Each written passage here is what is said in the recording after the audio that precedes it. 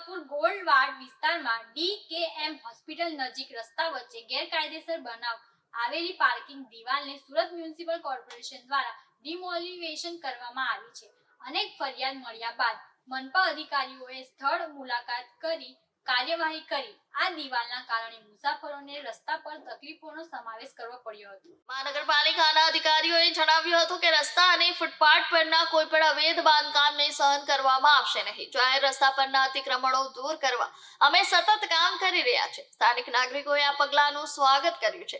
એક રહી સ્ત્રી નામ ન લેવાની શરતે કહ્યું હતું કે આ દિવાલના કારણે રસ્તાને સાંકડો બન્યો છે અને ટ્રાફિક મુશ્કેલીનું કારણ બનતી હતી। પાલિકાની આ કાર્યવાહી યોગ્ય છે। ગત કેટલાક મહિનાઓથી સુરત મહાનગરપાલિકા શહેરભરમાં ગેરકાયદેસર બાંધકામ અને રસ્તાને અવરોધતી દિવાલો અને અન્ય અતિક્રમણો દૂર કરવા માટેનું વિશેષ અભિયાન ચલાવી રહી છે। આ કાર્યવાહીમાં રાજકીય ભેદભાવ વિના તમામ વિસ્તારોમાં કામ ચાલુ છે। અધિકારીઓએ સ્પષ્ટ કર્યું છે કે જાહેર સરકારી જમીન પર કોઈ પણ પ્રકારનું અનધિકૃત બાંધકામ માટે પૂરતી નોટિસ આપ્યા બાદ જ ડિમોલિશન કાર્યવાહી કરવામાં આવી છે। નાગરિકોએ પણ જાહેર જમીન પર અતિક્રમણ ન કરવાની અપીલ કરવામાં આવી છે।